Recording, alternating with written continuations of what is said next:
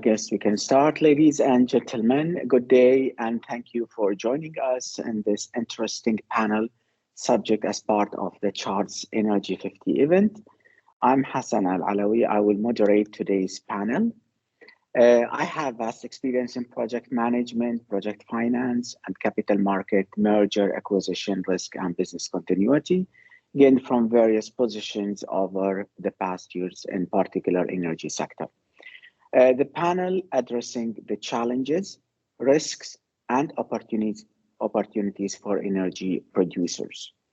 We aim to understand the current state of the energy industry, the challenges, risk, opportunities for energy producers over last year, what are the new technology and innovation, how and where does risk management fit in this, and at the end, we will try to discuss future of energy production, especially after the challenges been over the past few years. It's a 35-minute discussion that we hope will be beneficial to everyone. We have with us experienced speakers in alphabetical order, Mariam Salman and Mike Prokop. In a few minutes, I kindly request each panelist to give a short introduction to themselves and their interest in the topic, starting with Mariam and then Mike. The floor is yours, Mariam. Thank you, Hassan. I am Mariam Salman, Senior Consultant at Qamar Energy. We are a Dubai-based boutique consultancy providing commercial advisory services on the Middle East energy sector. My background is in the energy geoeconomic sphere, and over the last couple of years, my focus has seen an increase in advising on the future risks and opportunities of the energy sector, in line with the global advancement of the energy transition. I myself provide tailored advice and risk assessments for business development into the transition, and what it means particularly within the current more volatile geopolitical scene. I think a key metric of the risk assessment is being able to understand how it can be applied cross-sectorally, its commercial viability, and narrowing the gap between ambition and feasibility, which I believe this event should bring to fore in what should be an excellent discussion. Thank you. Great, thank you, Mariam. Mike? Oh, thank you, Hassan, and good morning, Mariam. So my name is Mike Prokop. I'm the Managing Director with the Alliance Risk Group in Houston, Texas. I have been in the commodities industry for 38 years now, and last 35 focusing solely on energy. In my past, I was a managing partner at a major brokerage firm that did energy commodities and renewable commodities. I also then went on to the CME Group, where I was a managing director of the global energy asset class. And most recently, I retired from Deloitte in 2020 as the U.S. lead for blockchain and digital assets for our advisory practice. Thank you very much for having me today, and I'm looking forward to the conversation. Thank you, Mike. Great. Okay, now let's kick off the discussion with the current state of the energy industry. We would like to seek panelists' views of conventional energy, renewable energy, and carbon emissions. Mariam, could you give us an overview of the energy industry, starting from global overview, and then you can, of course, focus into the area of expertise where you are based. Sure, thank you, Hassan. So from a global perspective, I think the worst of the volatility in the energy market, particularly the oil and gas market, now seems to be behind us, at least for now. Of course, we've had some surprises from OPEC and Russia, of course, with its invasion of Ukraine, which upended energy markets, sent Europe into a tizzy, striving to find energy sources to meet energy security demands. Now we know that OPEC and Russia have come forward with some additional voluntary cuts, but I think this is mostly a tactic to counter recent statements from the IEA that seem to undermine investments into the oil and gas sector. We know that de facto leader Saudi Arabia has had a policy to make anti-fossil fuel lobbyists ouch, more so to assert its agency over its oil activity, even if it maintains that such decisions are mostly taken to balance the market. And of course, Russia also comes into the fold over there, but we know that it's on the back foot right now. Exports are down by 3 million barrels per day, if not more, and the recent price cap has also sort of instilled curtailment on how much oil countries like China and India could take from it, even if they were not abiding by this price cap rule anyway. And that's not to say, right, that the market was already not moving towards a deficit. Part of the problem is, of course, that OPEC apart from Saudi Arabia and the UAE, it's falling behind in meeting its own production targets. There are infrastructure constraints. There is a lot of political instability. I'm sure we all know that in the case of Iraq, there was this recent arbitration ruling by the ICC in Paris, which delegitimized oil exports from the Kurdistan region, and subsequently Turkey shut down the oil pipeline. This has taken about 500,000 barrels of oil per day away from the world oil market, which increases volatility. In Iran, there is a perpetual lack of resolution towards the nuclear deal. I think I would like to draw attention to spare capacity, because that is an important factor in driving, so to say, the balance of supply demand going forward, what it means for energy security. Saudi alone has 2 million barrels per day in spare capacity, and perhaps there is another 1 million barrels per day across the rest of the organization. But this offers a very thin margin with respect to any future volatility. I see that from a transition perspective, there has been a switch back to fossils to meet immediate energy security demands, but warmer weather and plentiful storage for the next winter means that, especially Europe and things like the EU Green Deal and other important climate agreements, they're back with a renewed vigor. For example, there are now these two, I think, proposed delegated acts that the EU has put out for its renewable energy directive to ramp up future energies, such as hydrogen and ammonia. For the Middle East, this makes interim technologies like gas with CCUS and renewables gain in importance even more, as it can be the prime supplier to assist Europe in meeting its energy needs, as well as future hydrogen demand. Oh, that's great, Mariam. Quite good coverage globally and Middle East in particular. Mike, how about US market? Sure, absolutely. And Mariam did a very good summation, especially in her area, but globally as well. Excuse me. I would like to focus specifically, though, on two areas. One is the geopolitical landscape that Mariam was very good to point out. That has had a very large impact here in the U.S. As you know, we've been trying to ramp up our LNG facilities even faster than they're scheduled to come on, and send liquefied natural gas over the European theater and other parts of the world that are being cut off right now. But also, overall, the market's in transition here in the United States. And whether it's the geopolitical situation, it's pending or now current regulation, which is a juggernaut in and of itself here in the US. We are seeing the major companies and even the smaller companies having to make a great deal of change in the way they're doing business, both between each other and in the world's theater. Right now, we're seeing those transitions, as Mariam pointed out. One of the key commodities that we're seeing quite an advancement in is hydrogen. The Inflation Reduction Act that the Biden administration passed has created a opportunity for a lot of major companies and also municipalities in the U.S. to go ahead and create clean energy and clean hydrogen hubs that will facilitate both the production of hydrogen and also the distribution of hydrogen. So we're looking forward in the future here now to a new renaissance of hydrogen trucking and power generation and things like that. So really the overwhelming thing is we still have a lot of carbon regulation coming. There's quite a bit of pending regulation coming out of the Securities and Exchange Commission. My history with Chairman Gensler at the CFTC proves that he is a man of his word. So when he says pending regulation is coming, it's coming. Just the form of what that will take, we will wait and see. But the anticipation here is it could be bigger than Dodd-Frank, SOX and NOx and things like that. So stay tuned. Yeah, great. Thank you. This actually leads us to try to highlight more the challenges, risk, and opportunities for energy producer, say in the last year, specifically 2022, before we basically move into the future. So what do you think, Mike, again, what were the main challenges encountered in 2022, if you would like to summarize those? And had there been opportunities that were resulted from such challenges? Well, challenges for production here in the United States were many, on top of the ones that I've already highlighted. Again, the political situation that has been in place now over the last few years has created challenges, both the Department of the Interior issuing permits and the like here for domestic production. Unfortunately, a lot of activity out of the Environmental Protection Agency going against many energy producers and their ability to produce as they had been in the past.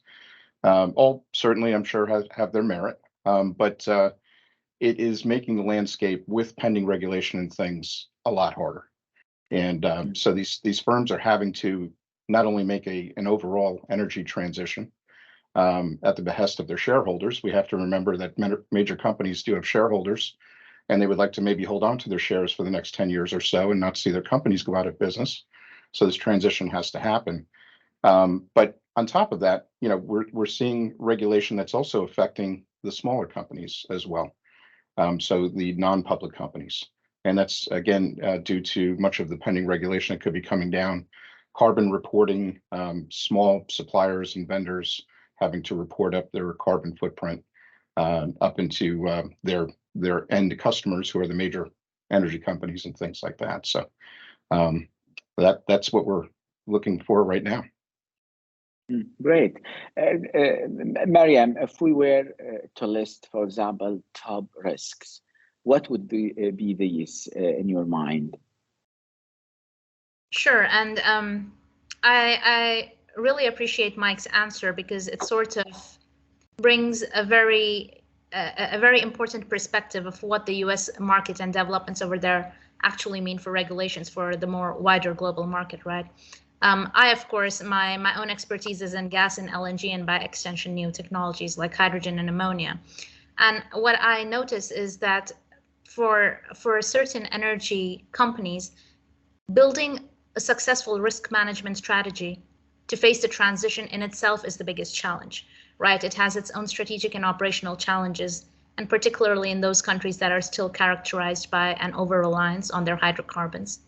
Now, one area that is often overlooked is operations, where these countries could obviously make immediate improvements to their energy operations by utilizing data management, big data analytics, etc., to identify patterns and insights in production and output, learn from experience, improve system monitoring, performance over time, etc.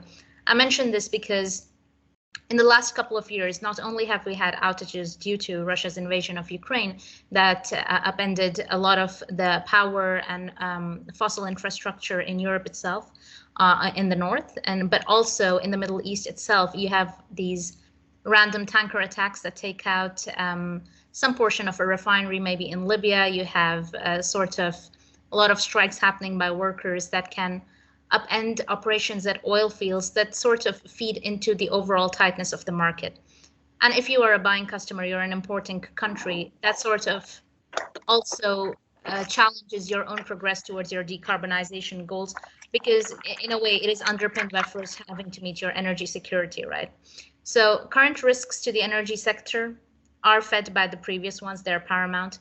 We all know, of course, that the leading one is meeting demand in a situation that is characterized by these heightened geopolitical tensions, conflict, unrest, climate change.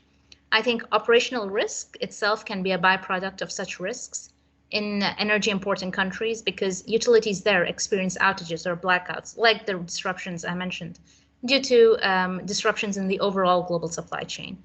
I think companies with international operations are taking notice of this, and although there is sort of a movement amongst these hydrocarbon producing nations to address a lot of these challenges, they are marred by a number of socioeconomic troubles in their own countries that can make their activities more susceptible to commercial and security risks.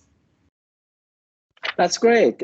So we can see how geopolitics actually risk influencing the direction in the energy sector, be it conventional, renewable, inclusive, of course, of the carbon emissions and all of that. Thank you, respected the panelists. Now, moving to the next item in the agenda. What are the innovations aimed to improve the efficiency and reliability of energy production? And when talking about this, please highlight also the obstacles associated with such technologies. And finally, are there companies out there brave enough to innovate and become disruptors? And are they being rewarded? I'll start with you, Mariam. Sure, thanks, Hassan. So I think that the key drivers for any future energy, be it from any world market, right? At its core, it's always centered on making the energy resource itself as reliable and as secure as possible. If not nationally, then of course internationally if you're an exporter. So because I'm based in the Middle East and that's my expertise, for me, the key drivers for future energy from this region would include mainly assisting global markets to alleviate their future energy crisis, and they could do this through gas and renewables. The Middle East could become a prime exporter of blue hydrogen to the Asia-Pacific region to assist with its decarbonization efforts over there, and of course of green hydrogen to Europe. It could establish the metric for cheap electricity export from abundant renewables to Southeast Europe or other places via GCC interconnections, thus helping meet important climate targets. And you will see that this sort of feeds into an overall becoming the international partner of choice for the global climate action movement. The Middle East wants to make sure that its countries are the ones that international countries partner with because it has the logistics, the resources, and the location that can help it harness its abundant renewables and gas capabilities to support the climate transition. This, of course, if we sort of look at it from a wider perspective, it is reflected in the change in institutional investments over the past few years, right? So equities shareholding, bonds purchases, equity stakes in assets, pooled investment vehicles based on energy assets, all of these have gone towards acquiring and refinancing assets with perceived reliable cash flows. So I'd say particularly renewable energy and energy infrastructure. Now, funding for oil and gas will continue, but there will, of course, be more of a need for the sector to fund itself in new and innovative ways. In the Middle East, we already see that. There were some pipeline deals in Saudi Arabia and the UAE. There were bond issuances in Oman with EDO. Bahrain also, although it's not an energy exporter, it is also considering privatizing its oil and gas divisions as well. You also asked me about like the obstacles that these companies can face associated with these technologies. To be honest, I think when we look at the Middle East, we know that apart from the UAE and maybe to a certain degree Saudi Arabia, there is no other Middle East country that really stands out as having made major strides in these new technologies or clean energy portfolios. And even these countries are leading the charge for technologies that are more focused on hard solutions, right? Like CCUS or hydrogen, because they have the economies for it. They have the economics, they have the logistics, and they have globally strategic locations. Now, if I were to talk about a low carbon future, obviously that means capturing a lot of carbon dioxide. That's a lot of CCUS activity in the region, and it wants to continue its oil and gas operations. So capturing carbon becomes essential. But it has to either store it or utilize it or find some other activity for it. Now, the GCC alone in the Middle East has tremendous potential for CCUS. There is a lot of storage space, which could make it a center of CCUS or hydrogen for its own needs, or it could import carbon dioxide and re-import it, derived from its hydrocarbon exports. So this could sort of feed into a so-called circular carbon economy, which I'm sure you guys know that underpins Vision 2030 in a lot of these countries like Saudi Arabia. Blue hydrogen is the other side of the innovation coin, and this could be a significant market for Middle East gas. We did a study for ADNOC and the Ministry of Energy and Infrastructure where we found out that between 6 to 34%, so that's quite a big range, of MENA gas consumption is ultimately going to become blue hydrogen by 2050. So the region is very competitive. It beats every other region on costs, and it is much superior to hydrogen in the EU or East Asia. We know that Russia could also have been a really low-cost producer of blue hydrogen, but unfortunately, it's been knocked out now from the race. Also, we estimate that hydrogen exports themselves could unlock revenues of up to 40 billion, or equivalent to a 10% market share, or up to 100 billion, which could be a 30% market share, making it very material, right? It's not something that, oh, it's a niche technology, we're just interested in it, we're going to try it out for a while, see if it suits us. No, these companies are actively pursuing it because they know it is going to bring them material returns, even in a net zero world. The revenues realized currently from oil and gas exports will become the backbone or so of developing these new technologies. And they could also become a buffer to external risks. For the Middle East, this would be underpinned by new business models, increasing privatization, or tapping into new territories. I think your third question was, are there companies that are brave enough to innovate, and are they being rewarded? And absolutely. The major energy companies of the Middle East, oil and gas producers, have adopted either one or a combination of a few strategies to not lose out to this transition. They want to continue innovating to maintain their businesses. I like to call these strategies limited transformation, planned transformation, and policy-led transformation. And although, like most of the Middle East countries, usually stick to their legacy businesses, so we could look at the oil marketing arm of Iraq, SOMO, or maybe Sonatrach in Algeria, we would categorize these as limited transformation. They have not really undertaken direct mandates to support the energy transition. But for those who are actively planning their transformation, so integrating low carbon technologies and commercial restructuring has become the portfolio trajectory of choice. So this obviously features the ADNOCs and the Aramcos, maybe the EDOs. We have Qatar Gas, etc., who have embarked on a dual strategy of not only decarbonizing their traditional operations, but also securing a dominant position in emerging energy sources. So this is evident, of course, in the hydrogen and CCUS projects they have undertaken, and their plans to expand carbon capture further. Just as an example, we could look at ADNOC's take in the renewable and green hydrogen business. Although it is an oil and gas player, but it has entered into renewables and green hydrogen of state clean energy vehicle Mastar, which also marks a more radical shift towards building a low carbon energy champion. So it wants to wear all the hats, and because of course ADNOC realizes high profits and high revenues, it could feed those into realizing these energy transition targets. Another reward probably comes from internationalization, and that as a strategy I think is also best represented by ADNOC, to a certain extent the Kuwait Oil Company, also Aramco of course.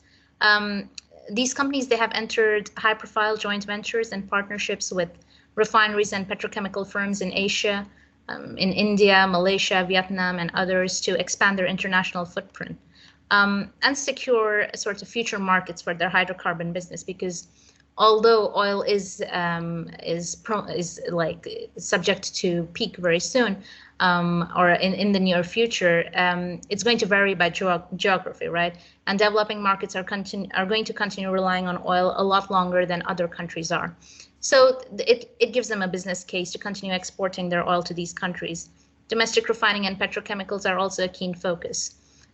Just to conclude the answer, I think the rewards of becoming first movers in the innovation space for the Middle East far outweighs the costs of playing catch up to an increasingly demanding transition.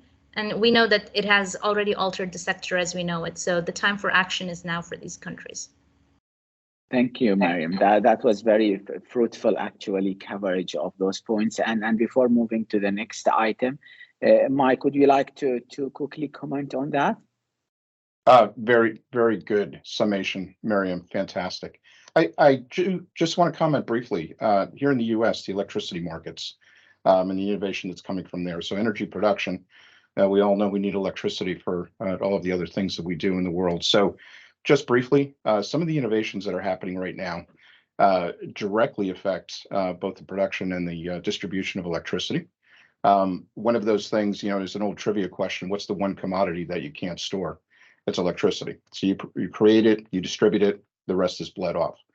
Now with the innovation in battery storage, and it's actually being led by a lot of the major energy companies that we're talking about today here in the oil and gas sphere.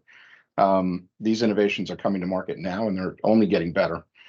So we have a habit as people on this planet to, in the face of adversity, really innovate and diversify, and we're doing that right now across all markets in energy. Thank you. Yeah, great. Thanks, Mike. But how and where does risk management fit into all of this? In other words, how firms should align their organization to manage any tail events in the future, including, of course, how data and communication teams can prepare to respond to any crisis. Mike, would you like to take that one, please? Sure, I'd be happy to. Thank you. One of our pillars at Alliance is promoting integrated risk management. I know for years and years now, we've been looking at how we can help firms with enterprise risk management. There's a difference. It's not just a play on words. Enterprise risk management focuses on a pillared approach of reporting up to, say, the board or heads of certain organizations. That's fine, but there tends to be a breakdown in communication between those pillars. I can start with a little factoid that I picked up over the years. When a risk comes to a company, it could be a regulatory risk, it could be a weather risk. I work with the Committee of Chief Risk Officers here in Houston and have been for the last almost 20 years now. Any risk that comes along always falls in the lap basically first of the Chief Risk Officer. Insurance issues, anything like that. And then it gets to the proper person. Integrated risk management, though, breaks down those silos I was talking about in enterprise risk management and actually provides clear communication between these areas and also clear reporting and integrated reporting up to the board. So we always went on the 4 pillars of integrated risk management to be, first off, risk resilience. This was born out of, and a real big effort came, as many of you might have heard, we had something called Winter Storm Uri here in the Houston area. Houston, as you know, is a pretty temperate and can be a very hot climate, but we went through almost a week of temperatures below 14 degrees Fahrenheit. We had windmills, wind turbines freezing. We had pipelines freezing, horrendous things, power out, pipes breaking. And with that, we found out that there were indicators that this was happening. We could have shut down pipelines. We could have turned down turbines and things of that nature had we followed some of the key indicators. So that's one part of it. So that risk resilience of actually looking into those events is a big part of it. Cyber is another one. There's a great deal of information that passes between energy companies and the rest of the world. It's unfortunately all too common and all too easy these days for the bad actors to take advantage of some of these operations that are doing so much good around the world. So that is, again, one of those information areas that we feel that risk needs to know about. Third one is overall ESG, both its policies and effect on the company and its effect on its clients, its customers. So whether that's regulation, whether that's, and I'm using all 3 letters of that acronym, how the staff at the companies and the board makeup and things like that, very important to have that as part of the overall risk profile of that company. And then the 4th one is overall digital transformation. So all too often, as being a digital transformation person myself, sometimes these things operate in back rooms and they think they're innovating and doing great things for the company that could be without knowledge, perhaps actually affecting things that are already going on within the company, processes, distribution of product and things like that. So again, that communication of an integrated risk management approach is one of the key drivers that we look at. Thank you, Mike. And for the interest of time, I will just move to the final item in the agenda, the future of energy production. And Mariam, you did talk about the risk and challenges faced the energy players in 2022. Could you elaborate on risk and opportunities that energy producers expect to face in the near future from a Middle East and geopolitical perspective, please? Sure, thanks, Hassan. So when talking about the future of energy production, my own stance on it is the future is ultimately green, but it will be on a road that is blue before we reach there. Now, this is taking into account the risks that we can see in the coming year. These are mainly centered around energy security concerns and the shift in global energy trade movements. Russia is down and out, and Iran has been out for quite some time now. Yeah. OPEC is going to remain a wild card, but I expect we'll see increasing unease amongst members to comply with what they regard as unilateral Saudi directives. There was already some hint of this happening in 2020, even when the record cuts were undertaken to mitigate the demand loss from the pandemic. And at that time, producers that have historically always been allies of Saudi Arabia, such as the UAE, they sort of expressed their desire to shift away or be more in charge of their independent oil policy. Even while I say this, I know that OPEC is going to remain an important part of the overall energy matrix, or at least an important enabler of the direction of energy coming from the Middle East. And this is, of course, because the sector itself will play a significant role in the medium term in the case of gas. Like oil will always remain there, but even these large oil producing countries, they realize that gas has become the way to go. And gas is ultimately what's making the road bluer towards green and making their hydrocarbon activity, so to say, more acceptable in the eyes of future export markets, such as the EU, who wants to impose a carbon border tariff, etc. As I mentioned before, the revenues realized from oil and gas exports will become the backbone of developing these technologies required to transition successfully. And for the Middle East, they have, of course, taken on CCUS and hydrogen, underpinned by their new business models. I think one technology that sort of gets overlooked now in the past couple of years has become renewables, but from 2024 onwards, and of course, recognizing the fact that the UAE is going to host COP28 in Dubai very soon this year, renewables have sort of started taking a center stage again. There is massive capacity in the region, and what the countries over here have realized is that for the future direction of energy, and as Mike was obviously saying, it's not necessarily supposed to be a resource that is finite, right? We could have something like electricity. You might be generating so much of it, but if you're not storing it or if you're not exporting it, you're essentially just leaving it out, or it's going to waste. And because the region has such a lot of renewables capacity, it could generate much more than it obviously requires. And it could, of course, support its nighttime needs with the batteries if required. But what happens with all that additional power? We are currently looking at a feasibility study for understanding how electricity cables could move from Saudi Arabia to the south of Europe to supply electricity to Europe to meet their energy security needs, and in a way that is sort of a cleaner solution for Europe as well, because it mitigates the carbon border tariff. You are really not emitting any carbon dioxide or having any emissions whatsoever when you're generating your power from a renewable source, and it's entering Europe while meeting its stringent regulations on that. And this also feeds into what I was saying earlier about the Middle East wanting to become the international partner of choice for the international climate movement, right? Although all of this is more macro level or on a macro scale, I think if we move from an overall country or region perspective to the individual company perspective, the movement on future energy is advanced technologies per company themselves.